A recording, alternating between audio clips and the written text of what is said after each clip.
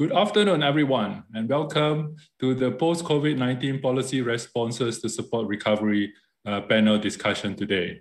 I heard we have a great crowd. I can't see any of you, so I'm just imagining the thousands of you in my mind all gathered here to hear what our panel today and to share experiences from each other.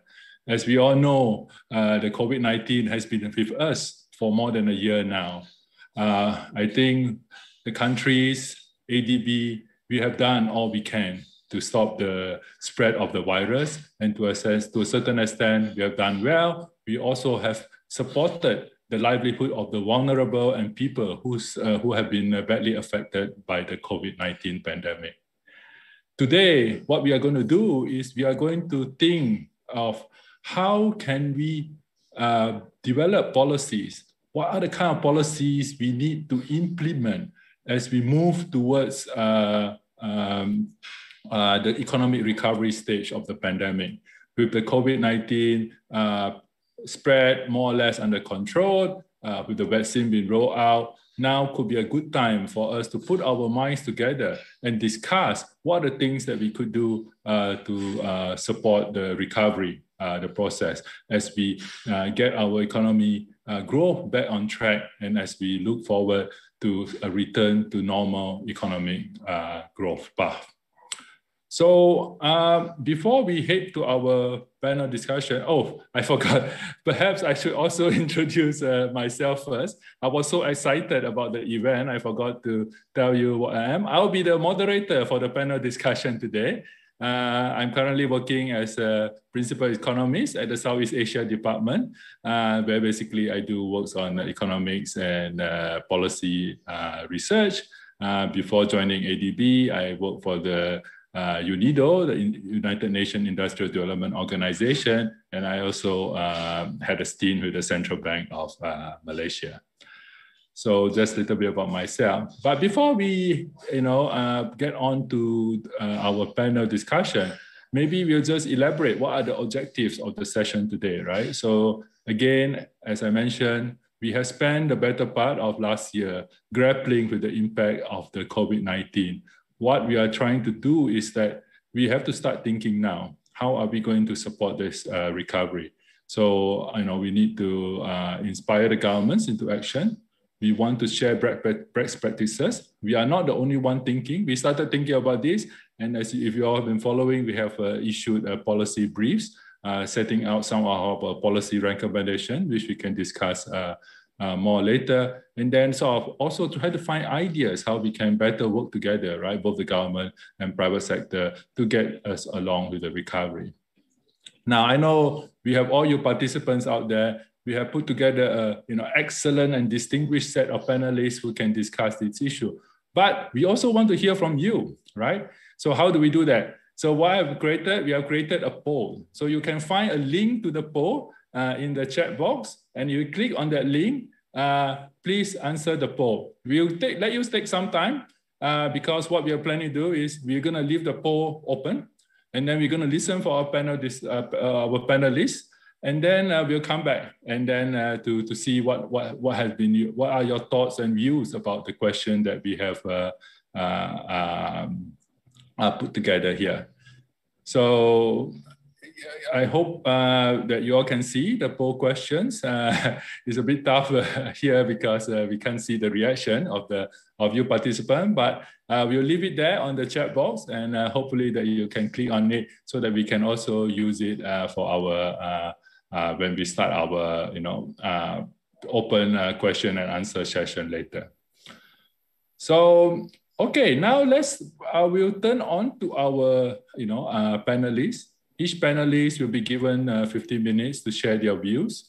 For our first panelist, we would like to invite Dr. Aladdin Rillo, Deputy Secretary General, ASEAN Economic Community at the ASEAN Secretariat.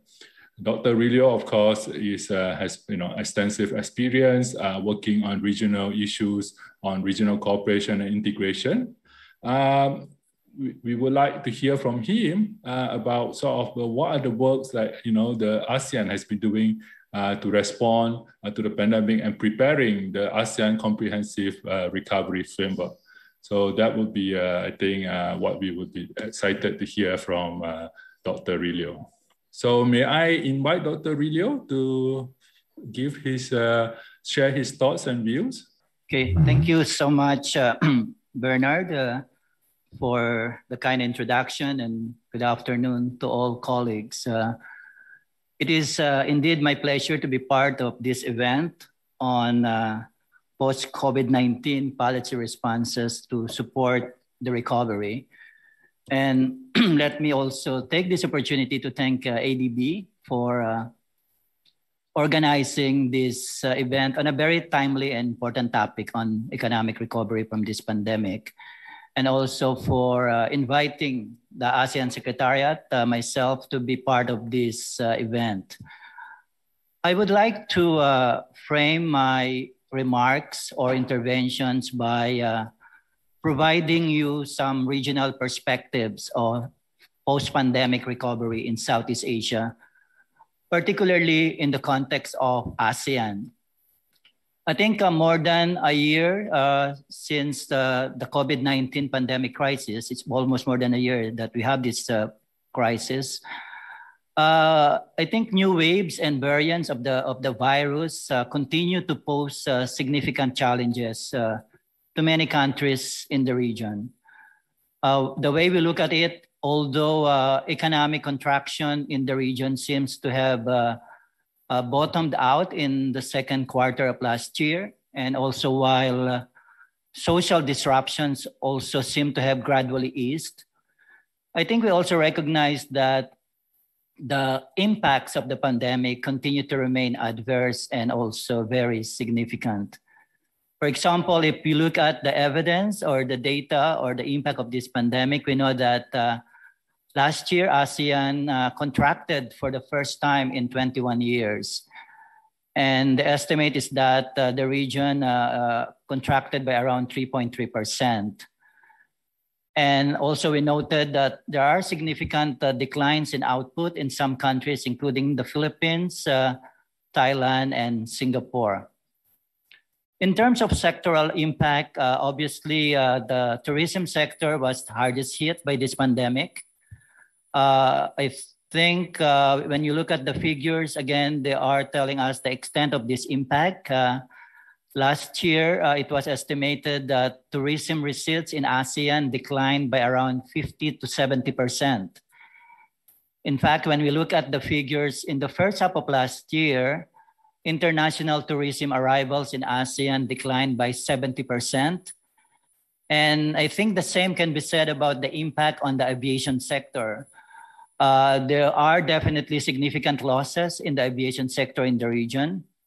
One estimate suggests losses amounting to around $38 billion.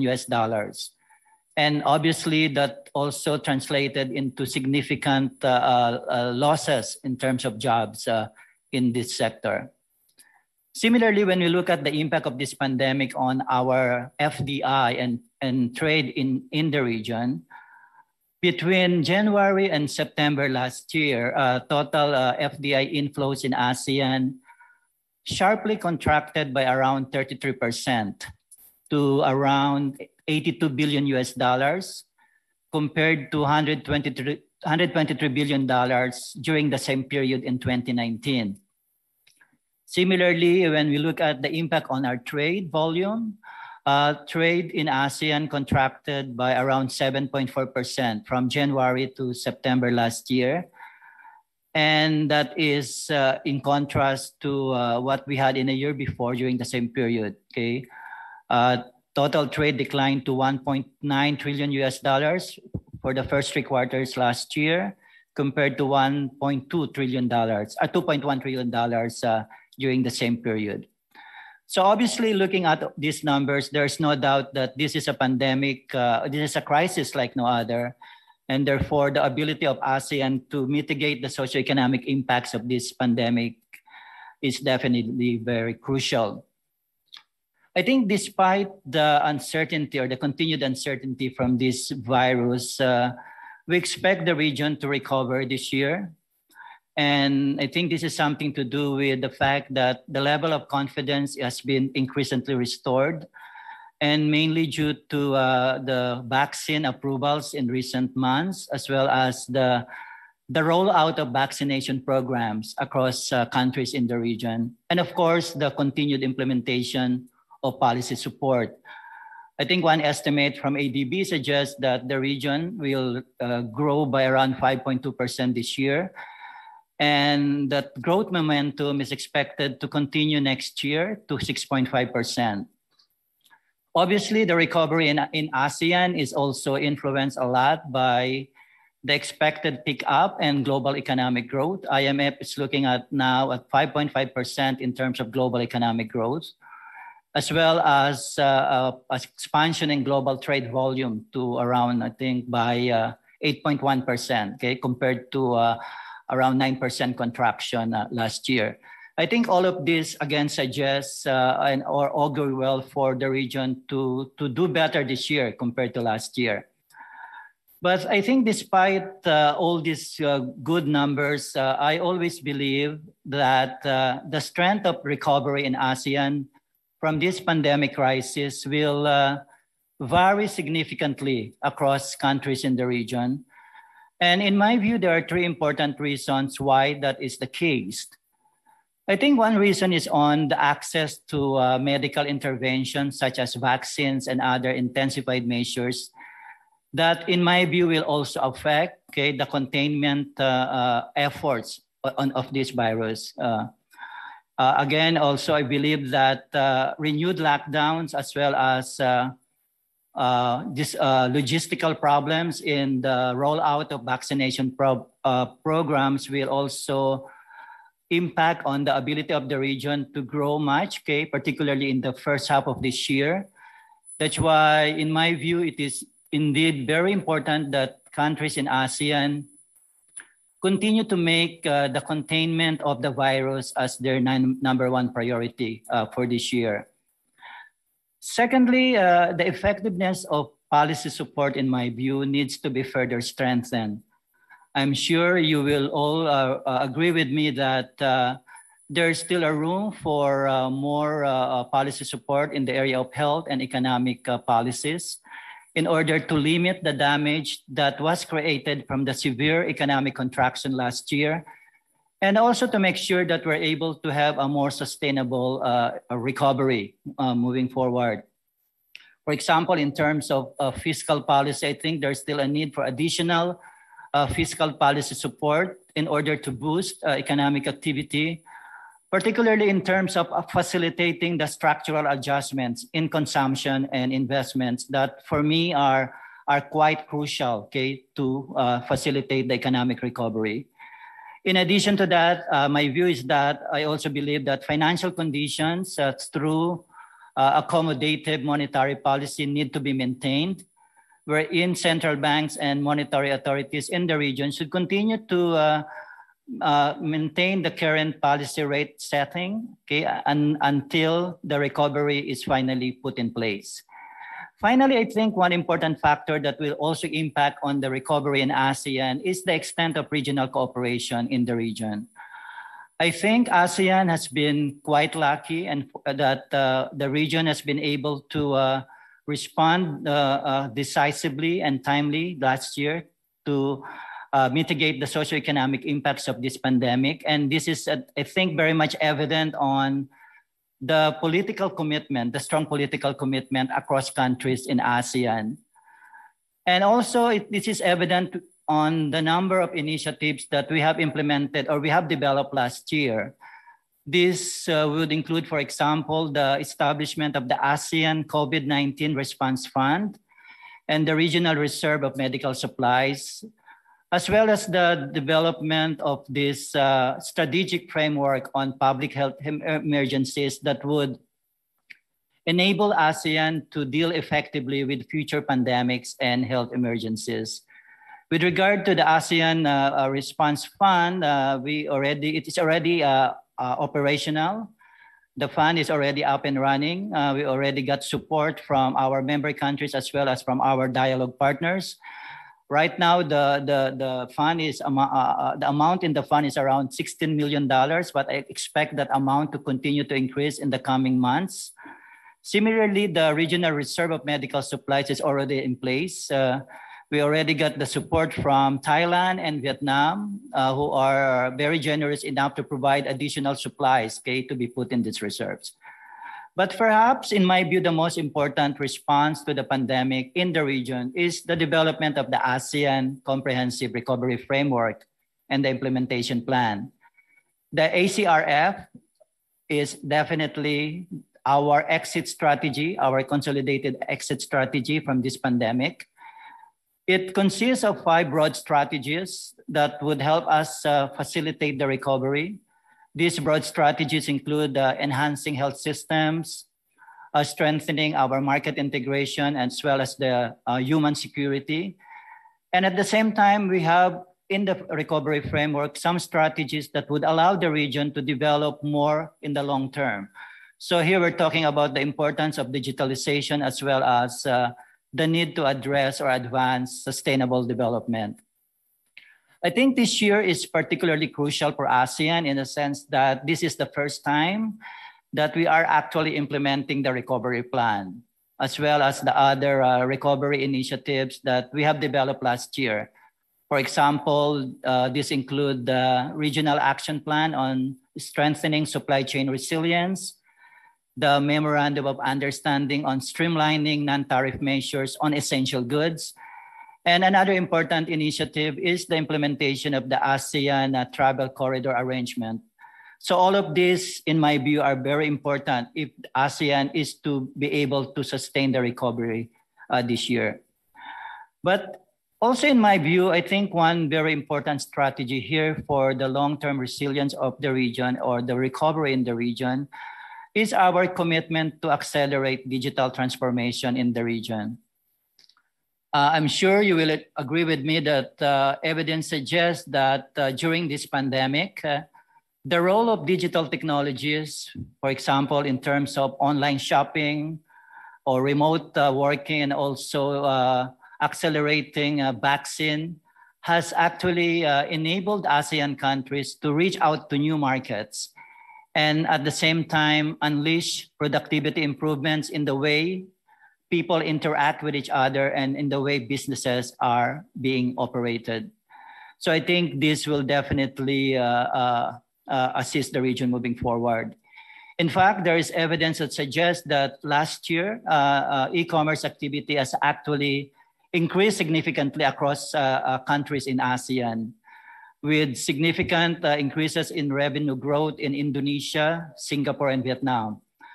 And what's more interesting here is that even the small e-commerce markets like Brunei and Cambodia are expected to have a double-digit growth in their e-commerce activity from between 26% and 40%. Again, that goes to show the importance of digital technologies and particularly e-commerce in the region. But I think to be sure, digital connectivity has provided us the lifeline during this pandemic.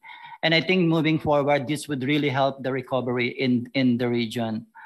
But for me, there are 3 important areas where I think digitalization will actually help facilitate the recovery in ASEAN. And let me discuss these 3 areas one by one. The first one is in terms of strengthening the supply chains.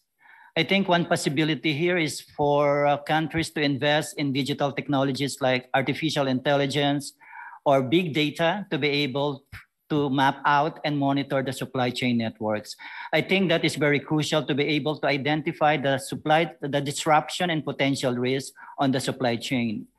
Similarly, I think there is also the opportunity to invest more on e-commerce platforms to be able to generate more jobs as well as economic growth in ASEAN.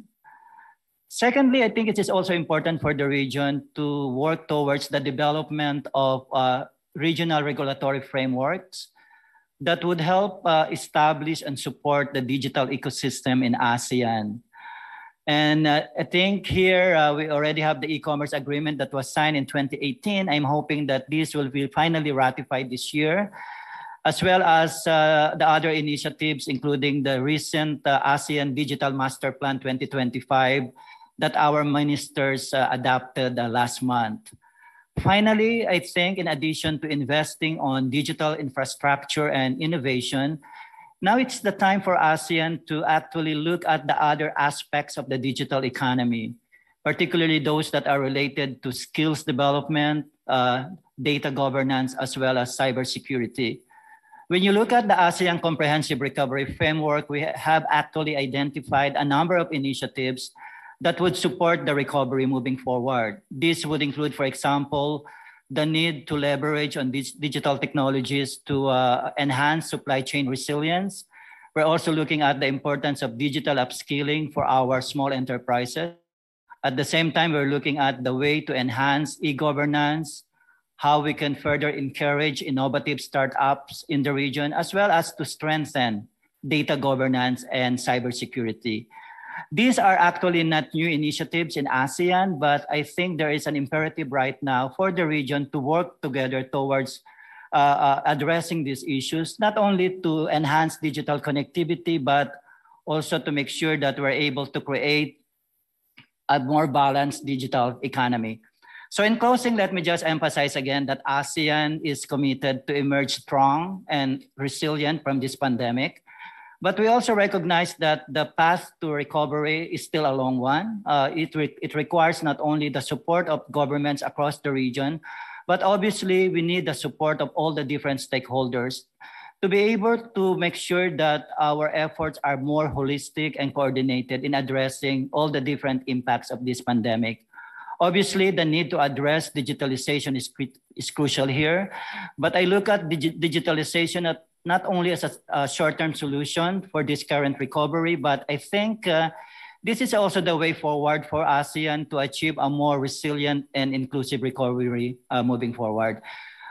These are my thoughts on these issues, Mr. Chair, and I really look forward to questions later on. Thank you so much. Thank you so much, Dr. Aladdin, for sharing your very clear thoughts and views, and so many things there. I mean, so excited to hear, ASEAN were able to get together, come up with a comprehensive recovery, and we are looking forward to sort of the implementation of the various items under the recovery plan. And I think you highlighted, the very important issue on, the need to support, greater digitalization, supply chain, e-commerce, and regulation. I'm sure this will be, a very exciting issue that can be, that we can discuss further during the Q&A session. Now, let's turn to our second panelist for today, Dr. Rafaelita Aldaba, Undersecretary, Competitiveness and Innovation Group, Department of Trade and Industry, Philippines. She's responsible for the inclusive innovation industrial strategy in the Philippines. So something that is very exciting, and something that is very, I think, going to be very transformational for the Philippine economy going ahead. So I think we would like to hear from her how, the Department of Trade Industry in the Philippines has been responding to the challenges and the transformation of the economy, particularly, as we see a lot of the new business models, greater use of e-commerce, digital economy, and so on. So I think this would be something that all the participants here will be excited to learn from the Philippines experience. May I invite Dr. Aldaba to make her remarks and presentation? Thank you. Thank you, Bernard. Good afternoon, everyone. It's a pleasure to join the discussions, and thank you to ADB for organizing this symposium. I would like to share with you our policies and programs as we face the new normal. There is no doubt, as also mentioned by the previous speaker, Dr. Aladdin Rillo, there's no doubt that new technologies emerging from the fourth industrial revolution have played an important role in responding to the global crisis and recovery. The crisis was actually accelerated the penetration of Industry 4.0 technologies. The same wave of technologies will help us transition towards an inclusive, sustainable, and resilient recovery. Well, the Philippines is a story of a country that has seen, that was earlier seen as an economic star, with an average growth of 6.2% in the last 10 years, from 2010 to 2019. And just as we reached an inflection point, the pandemic hit us. Like most countries, our growth contracted and brought us to our first recession since the 1998 Asian financial crisis. COVID-19 hit the Philippine economy at a time when innovation was starting to flourish. The Global Innovation Index 2020 ranks the Philippines 50th out of 131 countries, up from 54th last year. This is the first time that the Philippines has breached the top 50 of the Global Innovation Index, which recognizes the country as an innovation achiever for the second year in a row. The increasing use of technology to work, buy, and stay connected has shaped new digital habits among Filipinos. This forced traditional enterprises and startups to create new digital business models to diversify their revenue streams. In fact, searches for Netflix, Foodpanda, and Shopee, this is for the Philippines, have increased since 2016, reaching a peak in 2020, which is the highest in 10 years. And interestingly, Kumu, which is a local live streaming platform in the Philippines, has likewise experienced rapid and steep growth in interest last year. And searches for e-commerce and online banking from 2011 to 2021 have also skyrocketed to its maximum index of 100 beginning in January 2020, the highest for the last 10 years. At the height of the lockdown, the Department of Trade and Industry recorded an increase in the number of online business registration from 1,753 in January to March 15 to 82,100 in October 8.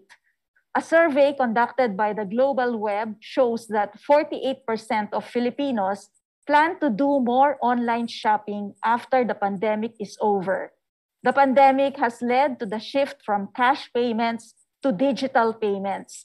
For the first 8 months of 2020, the value of InstaPay, which is a Filipino fintech company, rose almost 400%, while that of PesoNet, another fintech company, jumped 100% year on year. And indeed, the fintech market in the Philippines would be growing, is expected to grow, and it reached approximately $10 billion in 2019 and expected to grow by 24% in 2020. Well, the Philippine startup ecosystem is a young and growing ecosystem with a lot of young, talented individuals full of potential, with over 600 startups, 35 incubators and accelerators, over 50 angel investors, more than 120 co-working spaces, and over 40 venture capitalists. Philippine startups have been providing tech solutions to address issues in health, agriculture, education, finance, supply chain, and logistics. Startups offering Industry 4.0 and digital transformation services will continue to support the transition of enterprises into the digital economy. We also see that fintech, e-commerce, and digital services will power up the digital transformation in the country in the new normal. However, high logistics costs, inefficiencies, and delays are some of the major challenges that we are addressing. Digitalization across the Philippine supply chain, as you can see on the slide, is still limited. The gray shaded boxes that you can see represent areas where digitalization is still low. I think there's only one box where you can see very high digitalization, that's in warehouse management. And medium would be those areas with light blue shades. Okay.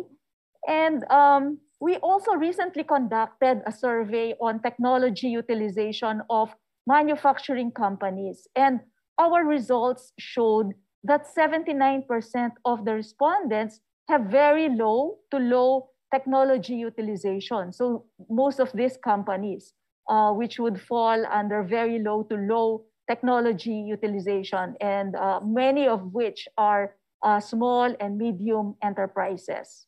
We view the adoption of new technologies as a way to strengthen innovation through the creation of new products and services in the market, resulting in more quality jobs, higher incomes, emergence of new industries, as well as the promotion of environmental goods. Through smart manufacturing, production efficiency would go up, competitiveness improves, which can lead to more efficient energy use, industrial competitiveness, and linkages to supporting industries. The use of new technologies is a crucial step to upgrade our industries toward a more inclusive and sustainable industrial development. So coming from that framework, our overall strategy is given by the Inclusive Innovation Industrial Strategy, or ICUBS. This aims to grow globally competitive and innovative industries. Innovation is at the heart, it is at the heart and it is at the front and center of our new industrial policy. It has 6 major pillars: embracing Industry 4.0, developing innovative startups and SMEs, integrating our production system, strengthening innovation and entrepreneurship ecosystem, upskilling and reskilling our workforce, and improving ease of doing business in the country. We are prioritizing the development of industries such as agriculture and agribusiness, wherein we're focusing on high-value crops like mangoes, bananas, nuts, coconuts, coffee, and other crops, ITBPM, aerospace parts, electronics and electrical, automotive, and parts and components sectors. I won't mention the different activities contained in the slide. These are the areas wherein we see our industries to be positioned in the very near future. Using technologies like voice recognition, AI, artificial intelligence, augmented reality, robotics, 5G connectivity, and industrial Internet of Things, we can create new products or solutions in the following areas: smart buildings and smart home technology, including smart manufacturing, precision agriculture, digital health, telemedicine, and so on, e-gaming, resilient technology, vehicle technology, and smart assistants. We are also building regional inclusive innovation centers to serve as platforms, linking innovation stakeholders and entrepreneurs with a goal of accelerating the commercialization of R&D investments, as well as to create new products and services using Industry 4.0 technologies that would address societal issues or industry problems. Currently, we are piloting this concept in 8 regions, and it is in these regional inclusive innovation centers where ideation, design workshops, R&D multi-stakeholder engagements are taking place. So for DTI, Industry 4.0 readiness initiatives, we are working with the UNIDO in crafting Industry 4.0 roadmaps. We are also conducting a feasibility study for the establishment of an Industry 4.0 pilot factory together with an Industry 4.0 SME AI Academy in order to provide Industry 4.0 trainings to micro, small, and medium enterprises. We are working with the Asian Institute of Management on the formulation of an artificial intelligence roadmap to make the Philippines an AI center of excellence. And together with other government agencies, we are formulating an AI human resource development roadmap. Well, in the succeeding slides, I have here some updates with respect to the performance of some of the priority industries that I have shown, but maybe in the interest of time, I would just move on to the last one. So I have for garments, for textile, as well as in the agribusiness sector. But yeah, for my concluding slide, reflecting on our experience in the last 6 months, the pandemic has provided an impetus to fast track the adoption of new technologies such as AI, Internet of Things, robotics, e-commerce, and innovation with greater focus on resilience and sustainability. And now more than ever, we realize the importance of adopting these new technologies. These new technologies have played a crucial role in keeping societies functional in times of quarantines or lockdowns. And these new technologies would be needed as we restart the economy, as we build resilience and prepare for the new normal. So on the slide, I am providing a summary of the more specific policies and programs that we are carrying out in the following sectors. In digital economy, like what I've said, we are formulating an AI industry roadmap wherein the plan is to build a national center for artificial intelligence in the country. And this is going to train a pool of scientists and other experts. Currently, there's also an Internet Transactions Act being deliberated in order for us to create the regulatory environment that would allow e-commerce and other digital activities to thrive. And very recently, Innovative Startups Act was approved along with the Philippine Innovation Act, which would provide support to not only for the development of startups, but as well as for the creation of a National Innovation Council, as well as the allocation of budget of the necessary funds in order for innovation, our innovation programs and policies to be effectively implemented. In the electronic sector, the plan is to, I've already shown to you the various products by which the industry would be upgrading along the electronics and electrical global value chain.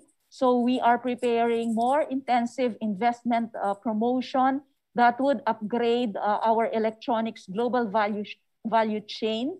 We are also preparing an Industry 4.0 roadmap on electronics and electrical, and we are working on an Industry 4.0 pilot factory and an Industry 4.0 SME Academy to provide trainings to our companies. In terms of agribusiness, government agencies are working together to enable us to link our programs covering research and development, production, finance, processing, transportation, storage, marketing, and distribution, along with human resource development.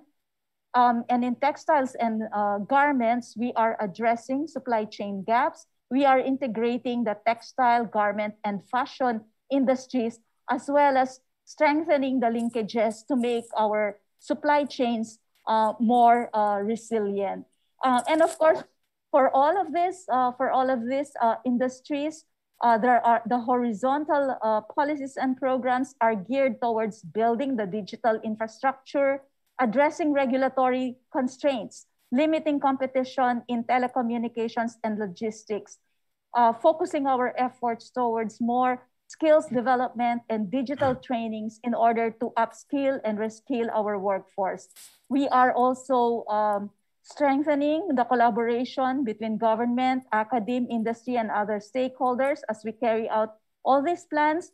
And of course, we are guided by the fact that while we are moving towards digital transformation, we need to ensure that the digital divide is not worsened and that no enterprise, no worker, no region would be left behind.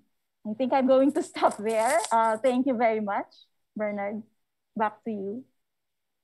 Thank you very much, Dr. Aldaba. That was very inspiring to hear that there's so many innovative policy and actions that have been taken by the Philippines government, moving to ensure that Philippines can harness the full advantage of the fourth industrial revolution, to sort of incorporate the latest development in artificial intelligence into the industry. So yeah, definitely a very exciting time. We are also very excited to see, all these things that are transforming, right? I know we have the COVID, but at the same time, we also see how the power of digital technology can help to sort of help us cope or better deal with sort of the impacts of the COVID. So definitely something that is going to be very exciting to discuss more later. And as a note, I know that we have just a reminder to our participants here, we have the poll running, and you can just click on the poll tab on the right side of your screen. It will be great. It will be amazing if you can click on it, because this is a way for us, I know that you all can't speak or anything, but this will be a way for us to hear your voice. So click on the poll tab on the right side of the screen, and let's answer the poll. And then after our final panelists make the presentation, we can share the results with all of you. So for our next panelist, I would like to invite, we are very, very happy to have Dr. Deborah Elms, who is the founder and executive director of the Asian Trade Center. She's, a very prominent trade expert and commentator in the region. And we would like to also she can give us sort of the private sector or the trade, the international perspective on how the small businesses can better take advantage of the opportunities in terms of both digital services, and how they can also better improve their skills to sort of take advantage of the opportunities that we now have in the digital sphere. So may I now invite Dr. Elms to give her remarks and presentation. Thank you very much. I am delighted to be here and to be part of this panel discussion on how we recover, or how we recover better from post-COVID-19. And I think that is a critical issue that will, of course, affect all of us for a very long period of time. If I were to say two things, and two things only, I would say first, and I'll discuss this more in just a moment, but first, we have lots of fabulous plans, work plans, roadmaps, strategic action activities, particularly here in ASEAN, that have already been developed. You've just heard a long list of different kinds of initiatives and activities that have been taking place in both ASEAN and in the Philippines. But I think it's important for us to move beyond the development of such plans and actually implement them. So we've had long-standing commitments in lots of different areas in ASEAN and across the region. It's long past time to actually deliver on all of those action plans, roadmaps, et cetera, et cetera. So first, get stuff done rather than thinking about what you plan to do. And second, and I think this is just as critical, it's very important, and it's always been important, but it's much more urgent in a post-COVID-19 recovery to ensure that plans and initiatives are actually lined up with what business on the ground needs. So it's lovely to have an ideal perspective of, as an example, the kinds of skills that a government official thinks a small business needs. That may or may not be very different from the kinds of skills and activities that a small business says that they need. So that interaction between companies and governments has always been critical, but I would say that in the post-COVID-19 recovery period, and especially in the digital transformation environment in which we're operating, if you're not talking regularly to businesses about what we need, then you are likely to be targeting your efforts in the wrong areas, emphasizing skills that are not necessary and de-emphasizing skills that are critical. So let me go into those 2 points in just a bit more detail in my time that is remaining. So first of all, on government action, we're involved in a couple of different projects at the moment in ASEAN level that start always with mapping existing regulatory, legislative frameworks, environments, et cetera, in different member states and then across ASEAN itself. And what is always amazing to me about these mapping exercises is the extent to which most activities, most things that you would like government to do is already included in one or another, or even lots of different overlapping plans and initiatives. And so again, to me, one of the first activities we should really be focusing on in a post-COVID-19 recovery period is let's actually really implement, not just say we implemented, but actually implement things that matter to businesses. So what do those look like? As an example, we should be trying to support smaller businesses who are trying to engage more in digital activities. That includes things like facilitating trade at the border, at customs. We have a long list of promises and pledges that we have in place to move packages, large and small, faster and more easily across borders in the region. And yet, we don't actually have packages moving very easily, especially for small businesses and particularly for small size packages. The shipping costs, the logistics costs, the delays, the paperwork, et cetera, in and around small business activities for e-commerce continues to stymie firms that would otherwise be extraordinarily competitive in a post-COVID-19 environment. So until and unless we actually deliver trade facilitation that is meaningful for small firms, companies cannot engage in e-commerce activities to sell goods. A new problem that's developing is the delivery of services cross-border. This is a very common area for small businesses to be active in. And one of the real problems we're developing in the region is overlapping inconsistent regulatory environments to govern digital services, including things like incompatible ways of taxing the delivery of digital services. So if you have to register to pay taxes in every jurisdiction in which you might potentially operate, small businesses will not engage in cross-border services trade.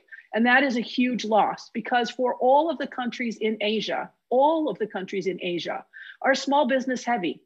Up to 98% of all businesses are small. Most of the jobs are found in small businesses. And if we can't unleash small business activities, then we are missing the single biggest, fastest way for us to get economic recovery. So we have to do something about e-commerce goods delivery, implement actual plans. We have to do something about digital services, making sure that they can be delivered, that we eliminate unnecessary licensing and qualification restrictions that prevent you from delivering services in different markets. We have to be thinking about payments. So I've just spent the morning, wrangling over a very long paper about all the issues that are affecting small business retail payments in a cross-border setting, which is just incredibly complicated, almost impossible, way too expensive. And it stops firms from being able to deliver, especially in the B2C market. Because most small firms that we've been doing interviews with are engaged in bank transfers. Bank transfers are not something that a consumer will do. And so it takes you out of whole sections of the market because the payment systems are not interoperable, they're too expensive, they're too difficult, or they're just flat out impossible. And then finally, we have to do something on data information because in order for e-commerce and digital trade to flourish, we actually need to be able to move information back and forth across borders. And it needs to be done in a way that facilitates small business activities.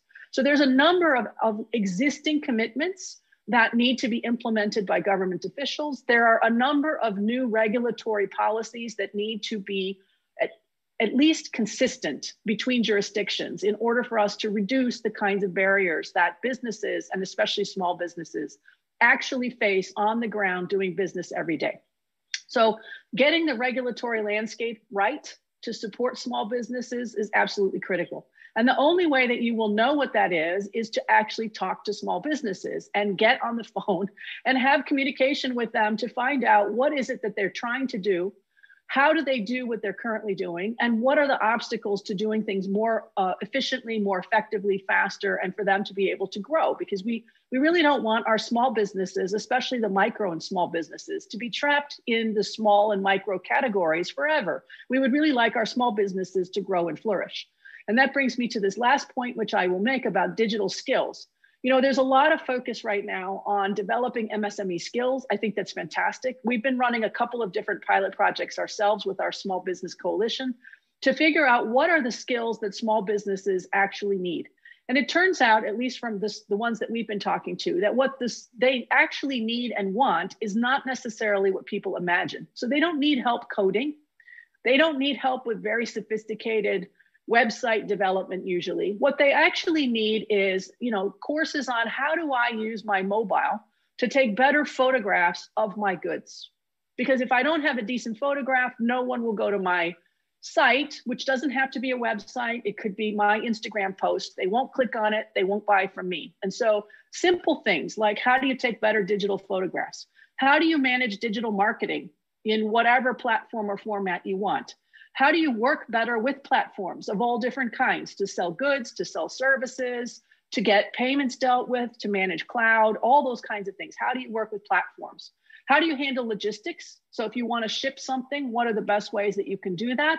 How do you engage better with government so that you know what the rules and the regulations are before you find yourself caught by mistake?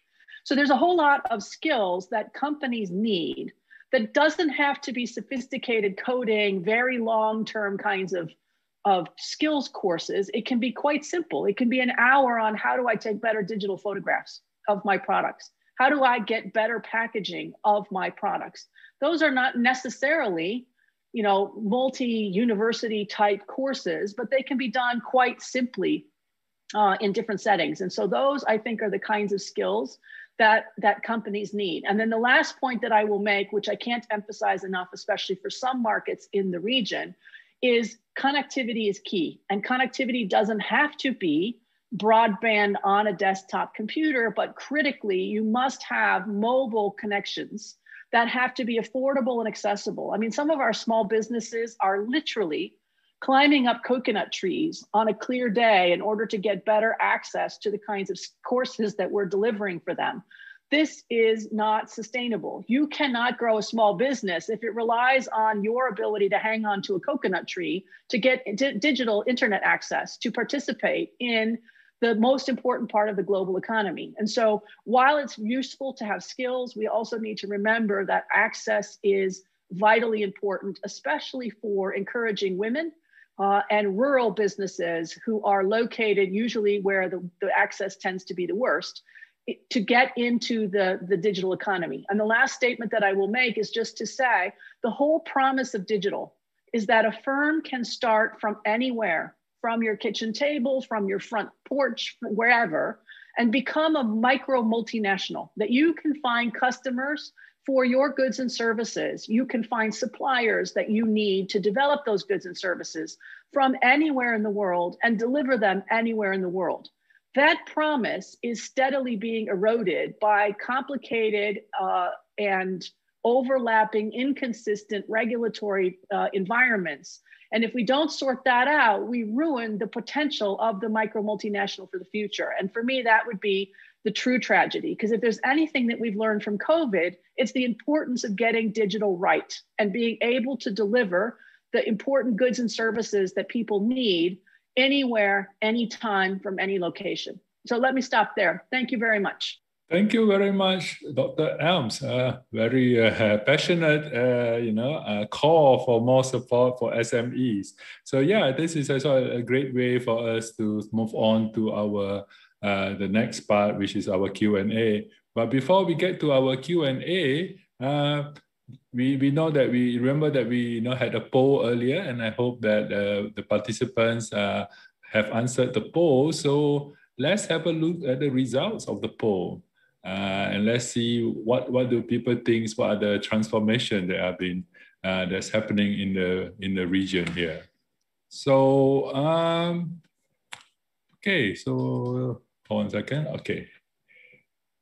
So what the question that we asked during the poll was, which lockdown trends are likely to continue and gain more importance post-pandemic? So as we all know, and we're talking about the economic recovery, the recovery is happening. What makes the economic recovery so complicated nowadays is because the recovery is happening amidst economy that is shifting and changing, even as we try to, get everything back on track, because we can't just go back to what we had before because things are changing. So one of the things that we wanted to see is like, let's see, what some of the trends we have started during the COVID time. How much of it do we think that they will continue? So first, of course, is the work from home. I'm working from home over here. And so we find that about 32% think that there will be people working from home. That's going to be much more common, which is, I think, definitely one of the amazing transformation, right? Because if we think, before the pandemic, the number of people working from home or some sort of working from home is likely to be very small, probably just guessing a few percent kind of level. So going from a few percent to 30%, that's a sort of a pretty substantial shift. Online shopping, that one probably has been much more prevalent, I guess, but now people think that it's going to be 20%. I thought actually it would be higher. I thought online shopping could be one of the things that people are more likely to use it, because given that how convenient it is. But maybe there's something we can ask the panelists to discuss as well. Nobody seems to like online learning. I think no parents want to have the kids at home the whole day doing all the homeschooling. So only 5% think we'll continue having online learning, schooling. People want the kids back in the school, and we see that there's a great demand for school to reopen and so on. So not surprising. Travel restrictions. Everybody want to travel and meet each other, right? People prefer to have the live voting. So people don't think that there'll be much travel restrictions in the future. And virtual meetings are 40%. So this virtual meeting, of course, likely, I think, something that many people find to be quite productive and useful. So probably quite closely related to the work. So it does seem on the work front, people do expect a greater shift towards sort of digital and sort of the education and travel, or at least tourism. When I say travel, I presume we are sort of thinking about tourism more here. That will be there. So thank you everyone for taking part in the poll. I think that was a useful thing. So now let's move on to our open Q&A. So that I will encourage everyone to type in your question in the chat box so that we can take down. So let me start with the first question. Actually, the first question is actually something that I think all three sort of panelists touch upon. Is like how can we regulate, right, this new digital economy? I think Dr. Rillo said that there's we need sort of a regional regulatory framework, and we know that Dr. Aldaba mentioned that we need to find ways to help the SMEs sort of work, and then of course Dr. Elms highlighted the challenges, especially for SMEs to sort of do businesses across border, at least in terms of payment space and so on. So maybe I can invite Dr. Rillo to say something about what do you think is what are the kind of framework you think, or at least for the regional perspective, what kind of regional framework we can adopt to sort of deal with the digital economy? Thank you so much, Bernard. I think one very good example within the region is the e-commerce agreement that I mentioned earlier. This agreement is the very first agreement that tries to promote a rules-based digital economy as far as e-commerce is concerned. And for us, this is quite big because this is the first time that we're having this.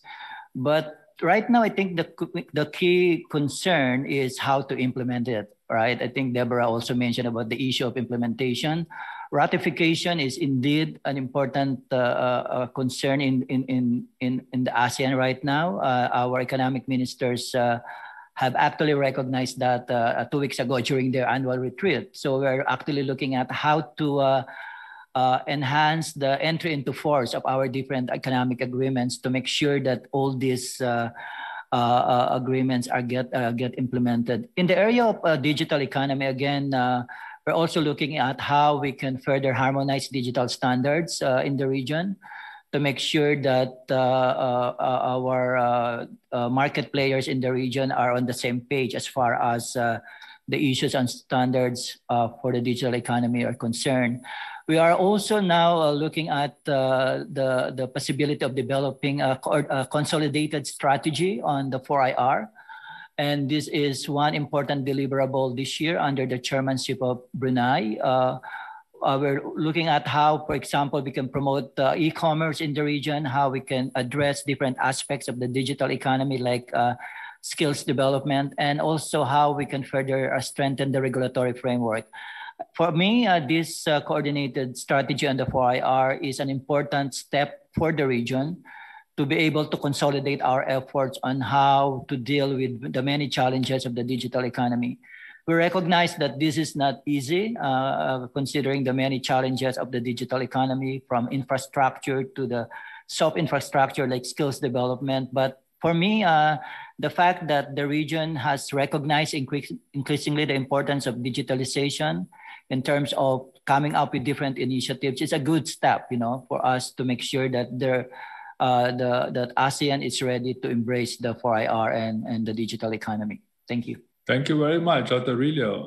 Maybe would Dr. Aldaba would like to say something about, is there anything Philippines doing, or at least ideas that we can help to sort of regulate these new players in the digital economy? Thank you for that question, Bernard.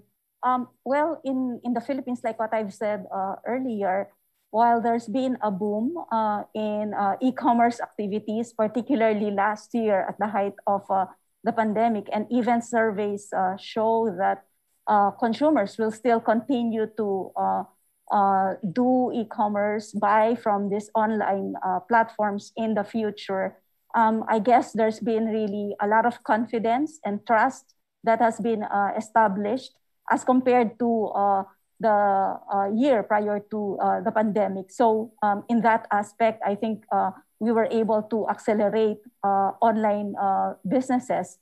But at the same time, while these e-commerce activities have been thriving, we've also been receiving at the same time complaints from consumers with respect to the quality of the products or fake products being sold online, and other complaints. And hence, it's really important to ensure that as we pursue all this, digital transformation, in terms of our regulatory framework, consumer protection should be a vital component of that framework. And at the same time, we also need to link it with competition policy, just to ensure that companies are not able to exercise market power or abuse their position, because they are able to generate a lot of data.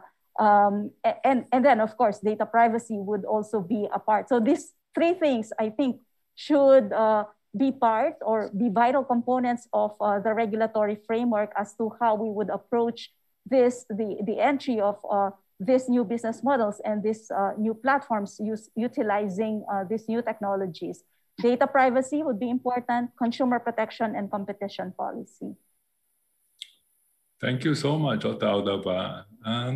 Dr. Elms, you highlighted some of the challenges that the small business face while trying to do business internationally and so on. Are there any things you would like to see done on a regional basis, or at least by the national authority, to help facilitate or help SMEs better connect to as you say, to become a mini MNC?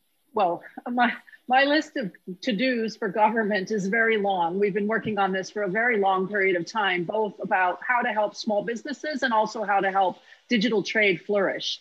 But I would say I'm a bit nervous when you ask how we should have national or regional level policies in place to support digital trade, because one of the issues with digital is that it doesn't stop at geographic borders. So, a digital service like the Zoom call that we're on right now doesn't care where you're sitting to listen to this. It doesn't care where we're sitting in order to deliver this.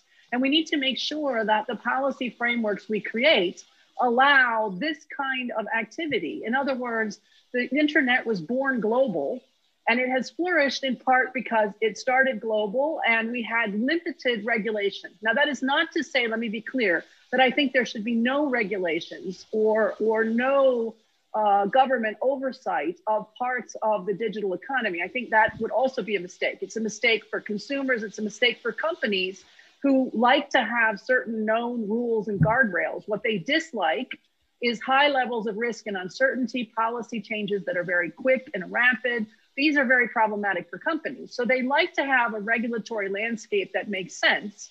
But I think we should be careful that when we do that, we are making a solution that fits more than one location. So not just national policies and not just regional policies, but How can I create an environment, a regulatory environment that supports companies? I have to ask them what they need, that encourages them to participate in trade domestically and overseas, and then coordinate with other governments to ensure consistency between policies. And this, of course, is not easy. I'm not suggesting that this is simple, but I think unless we have that mindset at the beginning, what can I do to support small businesses in particular, especially after COVID, where many of them have shut down or been badly battered? How do we make sure that they are continuing to access the global market? Because in many places, that's where their customers are, that's where their suppliers come from. What can we do to make sure that we have consistency in policies that allow small businesses to create products and services that are in demand anywhere in the world? Thank you so much, Dr. Elms, for highlighting that. We have a question about how can Philippine SMEs become more, how should we say, more competitive and innovative? So maybe we can ask Dr. Aldaba to respond to that. Yeah, just to add as well to my point earlier with respect to the need for competition policy, digital and data privacy, and consumer protection. I think we need to ensure that in whatever regulations that we pass, those policies should not stifle regulation, should not stifle innovation. I think that's very important, especially as what we want to pursue is a more competitive and innovative industry. Well, with respect to the question on making MSMEs be more competitive and innovative, well, primarily in the Philippines, the basic issue has remained, and that is access to finance. And government has been implementing programs, especially during the pandemic, wherein the first to be hit were the micro, small, and the medium enterprises, were to provide support, financial support, as well as other non-financial support, in order to ensure that they will be able to recover quickly, as well as to survive the pandemic. In one of our programs, we were providing support in terms of building online platforms that would enable more MSMEs to reach more customers online. And I think there are a lot of online platforms that were built last year, and a lot of MSMEs were also able to participate and be able to recover. Well, not of course very quickly, but at least they were able to maintain some of their workers because of being able to sell online. And I guess it's also important that we pursue this particular platform, the electronic commerce, because it's actually allows them a more level playing field as compared to in the past, wherein you have the physical stores, and they can easily reach the consumers, but not the micro and the small and the medium enterprises. So it's important that we be able to provide them as well with the trainings, as well as to help them build the necessary skills that are needed in order for them to be able to compete in this highly digitalized environment. And that's what government has been doing. So trainings, access to training, access to education, access to markets, and access to capital. So I guess those are very important priorities for the government right now, in order to ensure that they remain competitive and innovative. And of course, we link them with large establishments in order for these SMEs to be able to provide the parts or the components that are being used by the large companies, as well as we link them with the startups as well, who can provide the necessary digital support to both the large as well as to the micro and the small enterprises. Thank you so much, Dr. Aldaba. I see Dr. Elms would like to add something. Is that right? Yes, if I could, please. So I think Sure. that's fantastic. But again, I would urge governments to do what you do best. You should focus on the policy landscape and let business do business. There are some amazingly innovative Philippine companies who are already ready to do business. And what do they struggle with? Your shipping and logistics costs are too high. They're too high. It is impossible to get goods in and out of the Philippines at a price that is affordable for small businesses. So even really competitive firms are going to struggle trying to sell outside of the Philippines or even across the Philippines. Now, of course, there are challenges, island countries, always difficult logistics, et cetera. But what can you do as a government to help bring down logistics costs, to speed up customs issues, to deal with returns? We've had small Filipino companies who have to spend a full day per week at customs personally managing returns of their goods because they can't get returns dealt with. So this is the kind of practical challenge that actually matters to businesses. So rather than be focused on creating new platforms and new areas where small businesses can be onboarded, get your small businesses ready to onboard on existing platforms because that's where the customers are, that's where the suppliers are. So again, trying to think about the policy landscape. That's what government should be focused on wherever they can. And of course, COVID support is necessary, but you can also make sure that there are other sources of financing like banks that actually deliver for small businesses, et cetera.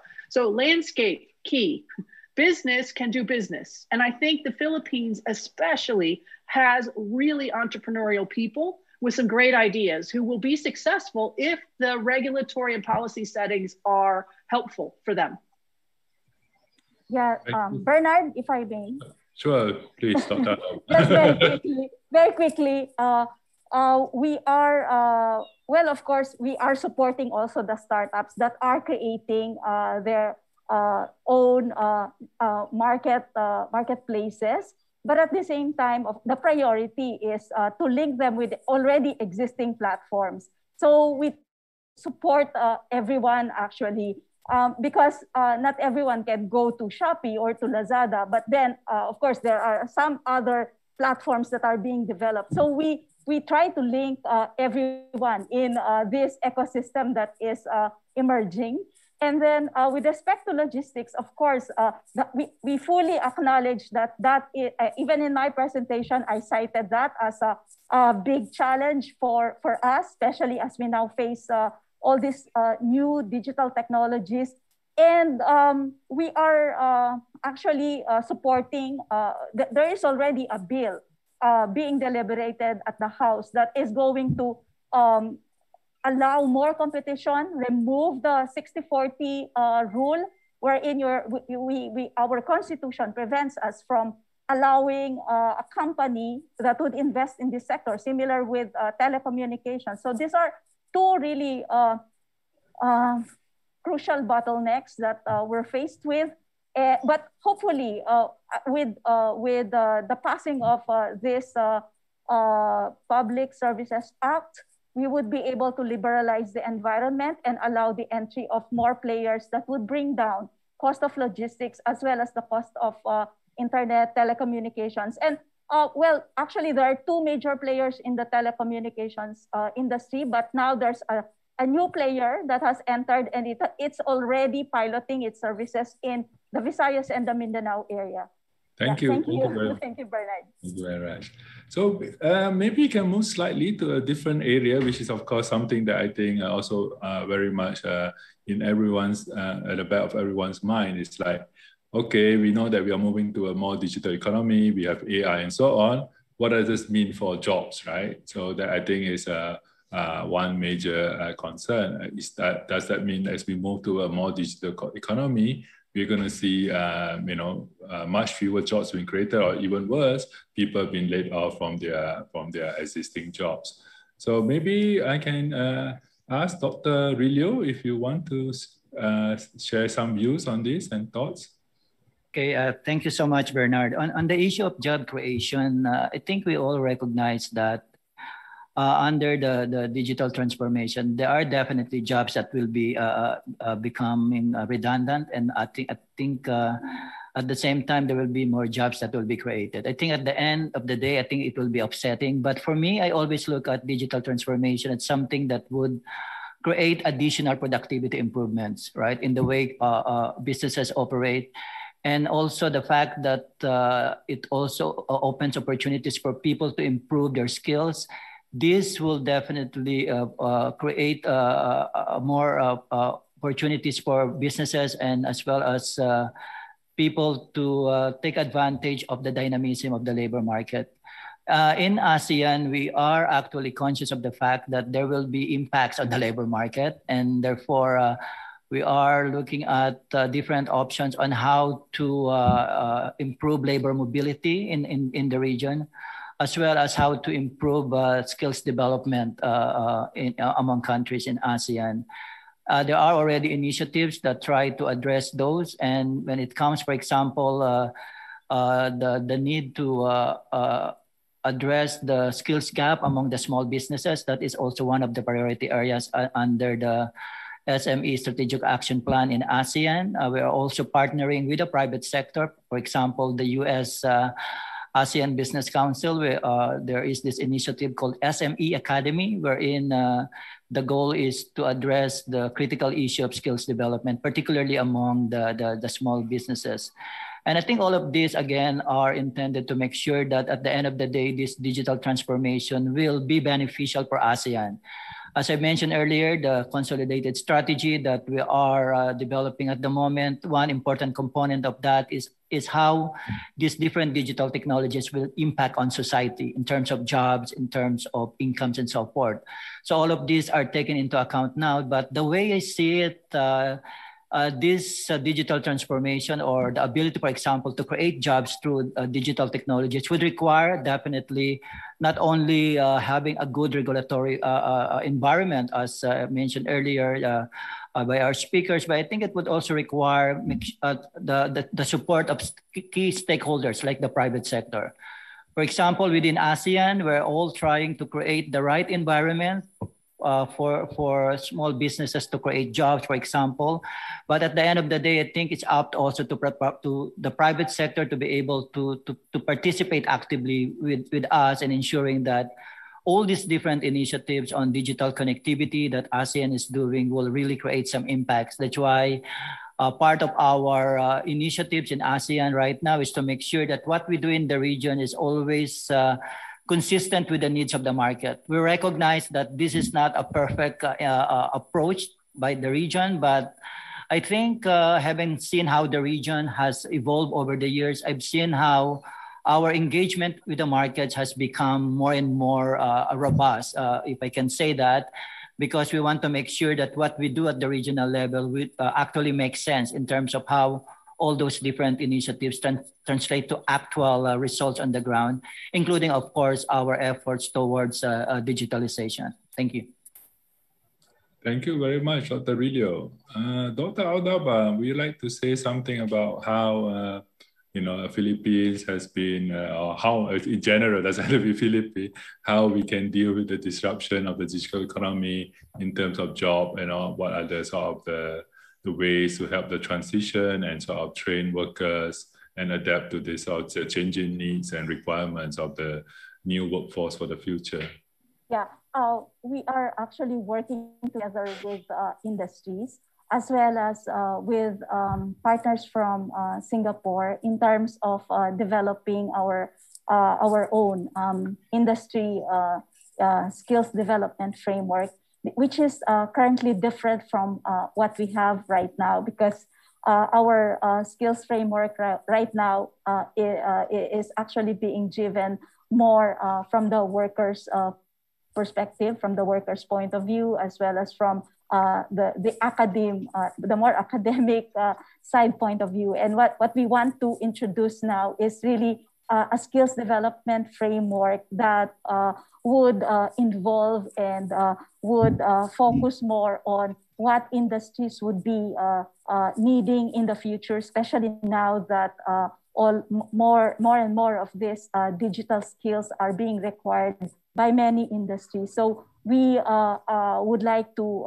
revise our existing curriculum, this not only for the technical and the vocational aspects, but we are also discussing with our Commission on Higher Education, as well as the Department of Education, as to how we would be able to incorporate more innovation in our curriculum. And I think this is really very important in the sense that we really need to prepare for the future, and we can perhaps take this this opportunity wherein we're still we're still GCQ here in NCR. Although in many parts of the country, they are more open in terms of the businesses that are being operated, but not in NCR, as well as in two other nearby areas. So we're trying to make use of all this opportunity to engage with our stakeholders, not through physical meetings, but really through digital meetings. And the same thing is happening in terms of our meetings with our counterparts in Singapore, as well as the other even investment promotion. We do it on using online platforms, and I think what is good about this is it has really become more targeted in terms of the companies that we are attracting to come to the Philippines, as compared in the past, wherein you just invite everyone, but there's really no specific target. But now I think our approach has really become more and more targeted and company specific. Thank you very much, Dr. Aldaba. Dr. Elms, we know that your organization, Asian Trade Center, has been working closely with SMEs to help adapt them to the new digital environment. Would you like to sort of say something about how best you think we can help prepare the SMEs for this digital future?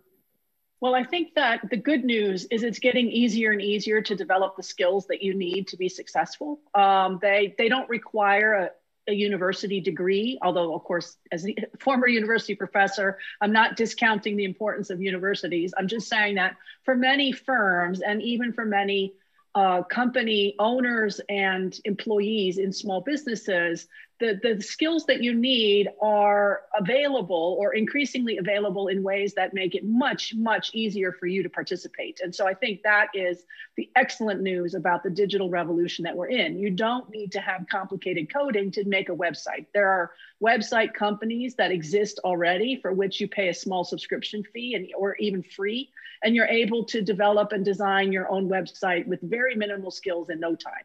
Or you skip having a website entirely and you advertise your goods or services directly on a platform like Instagram, or on some other site. Or you put up a shop on eBay or Etsy and you are suddenly selling to anywhere. So I think what's fantastic about this environment to me is that we have more opportunities for more people in more places to participate in trade than ever before. And I do think that trade delivers the biggest way to get growth and development across the largest segment of the economy all at once. So the more that we can get people who would otherwise be outside of the trading environment to be part of trade, I think the better it is for all of us. It doesn't mean that we're all going to be even. Let me just be clear.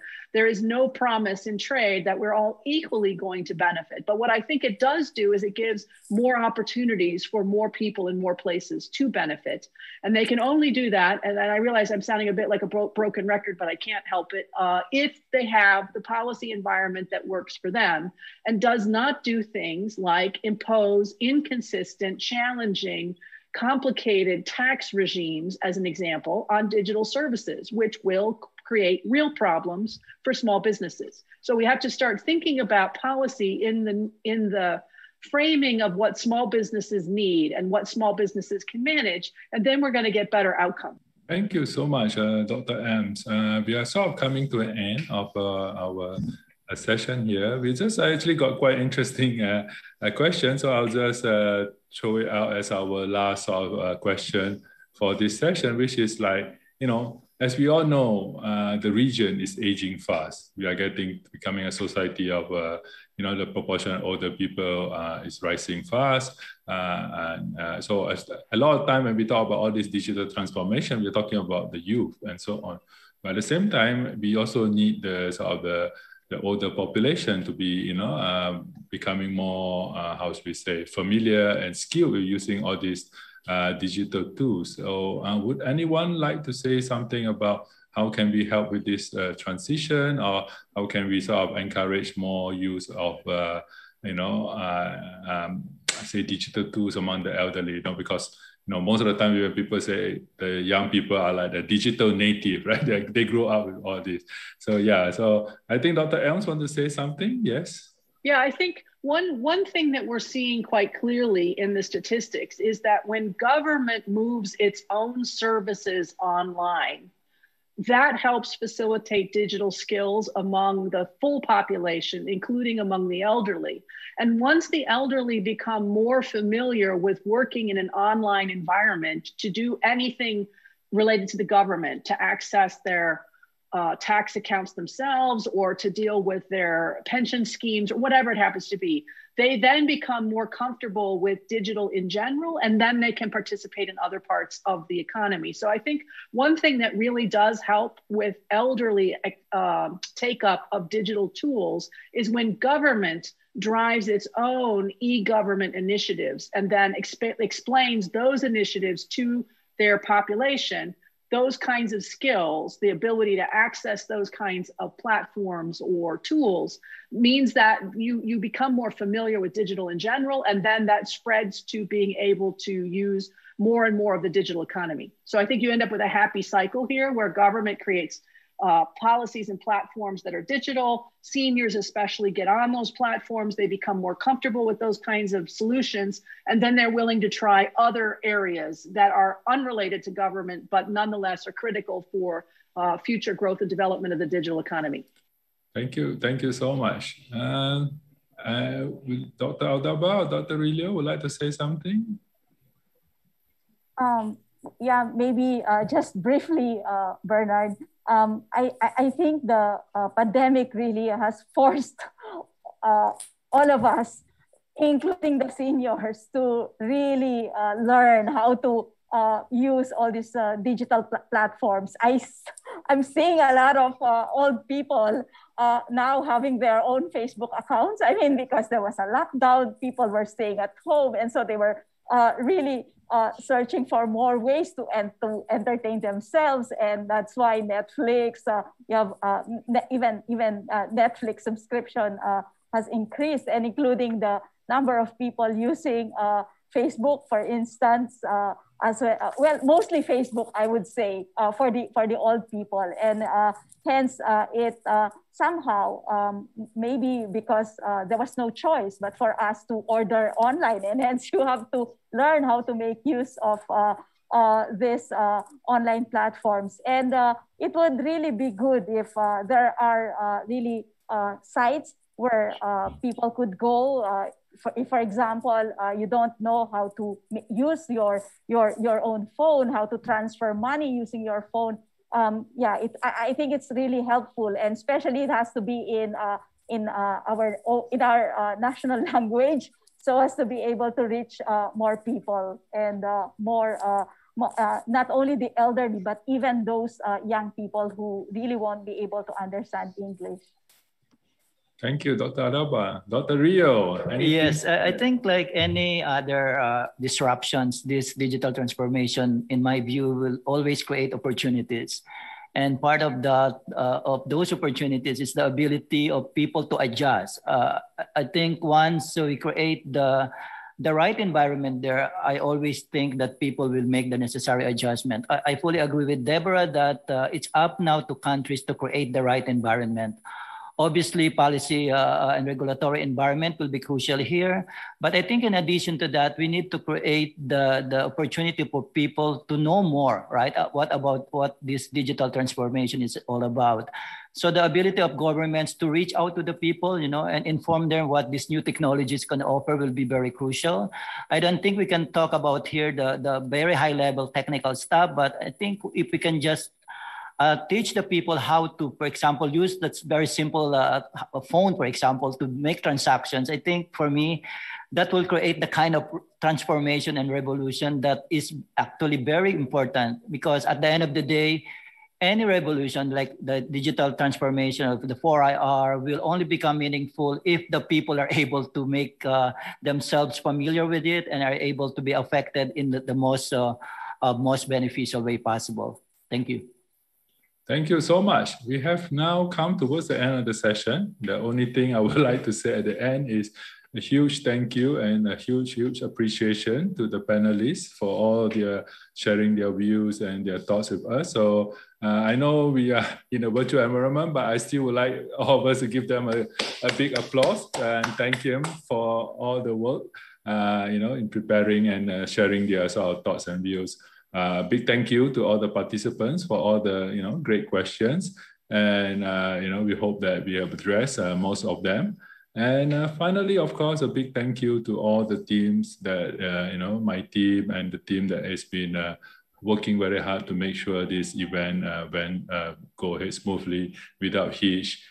So as we know, as I call them, the hidden heroes of this session. So let's give them all a big thanks as well.